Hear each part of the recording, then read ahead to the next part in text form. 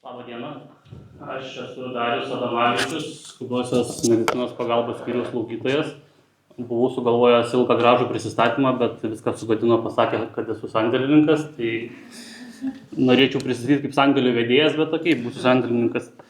Tai aš šiandien pristatysiu savo magistro darbo ištrauką nedidelę.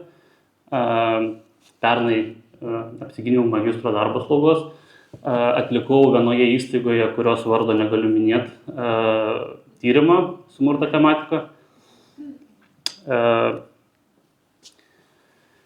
Tyrime dalyvavo 13 skubiosios pagalbos skyriaus darbuotojų. Kuo įdomus tyrimas tuo, kad pavyko įtraukti ne tik slaugytojus ir gydytojus, bet sudalyvavo ir slaugytojų padėjėjai, nes į darbą skubiosios pagalbos skyriuje bandžiau žiūrėti kaip į komandą.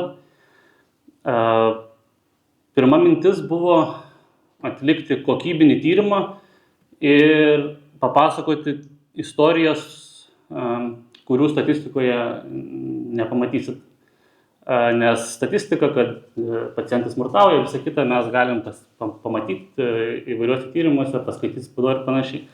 Bet tokių nepagražintų istorijų nėra daug ir apie tai nėra labai linkę žmonės kalbėti. Mintis buvo papasakoti tokiais žodžiais, kokiais ir buvo tos istorijos papasakotos. Tai jeigu pacientas sako, kad jūs visi duchai, tai mes ir rašom, kad mes visi duchai. Tai idėja buvo tokia, o įgyvendinimas šiek tiek buvo kitoks dėl to, kad iš 13 dalyvių išpešėm 19 smurto patirčių ir 5 iš jų buvo apie tarp asmeninį darbuotojų smurtą vienas tarp kito. Ir nenorint viešinti šitų istorijų, kad nebūtų niekas atpažintas ir panašiai, tai tyrimas nebus viešinamas toks, kokio norėjusi paviešinti. Tai kalbant apie smurto patirtis, kaip sakiau, buvo identifikuota 19 skirtingų smurto patirčių, 7 buvo fizinio smurto patirtis, 7 buvo psichologinio smurto patirtis ir 5 buvo darbuotojų tarp asmeninio smurto patirtis. Pagrindiniai smurtautojai buvo pacientai ir pacientų namiškiai.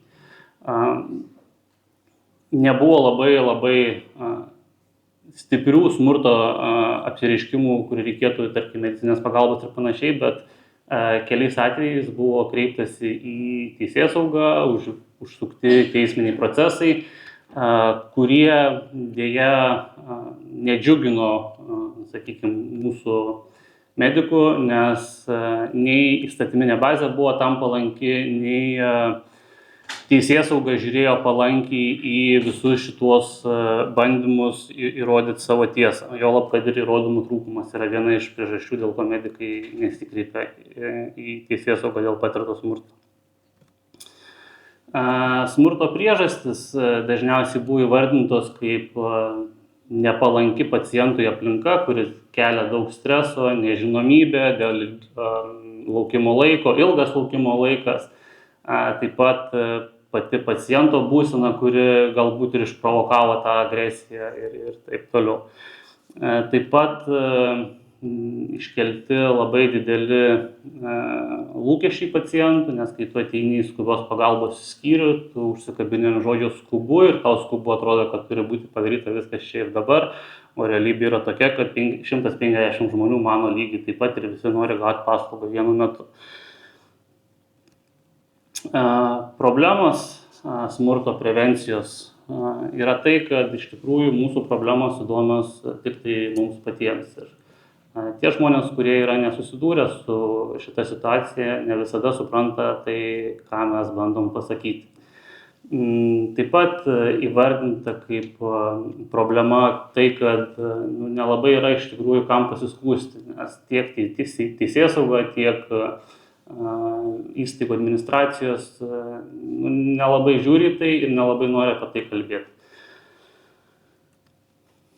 Prevencijos galimybės įvardintos kaip patalpų ir veiksmo filmavimas, įrašymas, tarkim, kaip bodycamai, taip pat kalbėjimas apie tai, apie patį tą smurtą, viešinimas šitų visų istorijų, apsaugos didinimas ir taip toliau.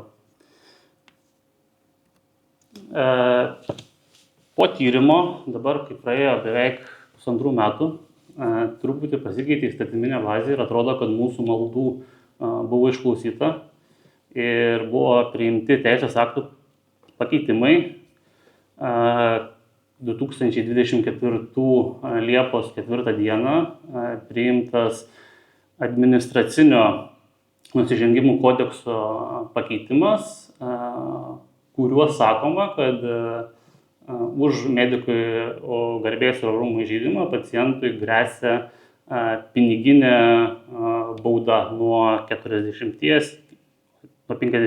300 eurų. Tai kaip ir skamba jau gerai, nes lygtais atrodytų pacientai turėtų kaip ir realią atsakomybę už tai, bet precedento Lietuvoje vis dar neturime, kad būtų kažkas labai jau ten ir nubaustas. Taip pat nuo sausio 1 dienos įsigalioja pacientų teisių ir žalos sveikatai atlyginimo įstatymo pataisa, kuria numatoma, kad tie, kas teikia skubią pagalbą, gali naudoti body kameras arba patalpos greitosios automobiliai gali turėti kameras, kurios įrašo vaizdą ir garsą. Tai įstatymo pataisa buvo pasirašyta 24 gegužę, įsigaliojo nuo sausio 1 dienos, tvarka vis dar yra neaiški, aš vis dar be body kameros, jūs spėjau darbuose irgi. GMP nesenai pasiskelbė viešą konkursą firmai, kuri visą tai administruos, bet nuo sausio 1 vis dar tie dalykai yra neįrašinėjami, nors kaip ir galėtų būti. Taip pat tai ta pati pataisa paciento teisės ir žalos sveikatai atlyginimo įstatymo nurodo, kad medikas gali nepradėti teikti būtinosios pagalbos tam tikrais atvejais, kai tai tiesiogiai yra pavojinga jo sveikatai ir gyvybei. Iki šitos pataisos mūsų visų medicinos normose buvo labai gražus sakinukas, kad mes galime atsisakyti teikti pagalbą, išskyrus atvejus, kai teikiama būtinoji medicinos pagalba. Tai kaip ir su šita pataisa viskas būtų gerai, dėja jinai vis dar yra neįsigaliojusi ir nėra nustatyta, kada jinai įsigalios, nes tvarką turi nusistatyti įstaigos vadovai. Ir visas šitas pacientų žalos atlyginimo įstatymo pataisa turėjo būti parengti teisės aktai iki gruodžio 31 dienos. Dabar mes šiandien turim sausio 22. Tai aš nežinau apie šitas pataisas. Jeigu jūs žinot, galbūt galite papasakot, nes man atrodo yra daugiau šiek tiek klausimų negu atsakymų. Įstatymai kaip ir turėtų jau būti įsigalioję, dėja yra kaip yra. Ir paskutinis pabaigai tas pats administracinių nusižengimų kodeksas nurodo, kad jeigu medikas įstatymų nustatyta tvarka neatliko savo pareigos, jam tai gali užtraukti baudą nuo 140 iki 300 eurų. Tai lauksim įstaigų vadovų aprašytos tvarkos, kad neprisineštume namučiuose patys savo premijų už neatliktas paslaugas. Tai ačiū. Gal turit klausimų?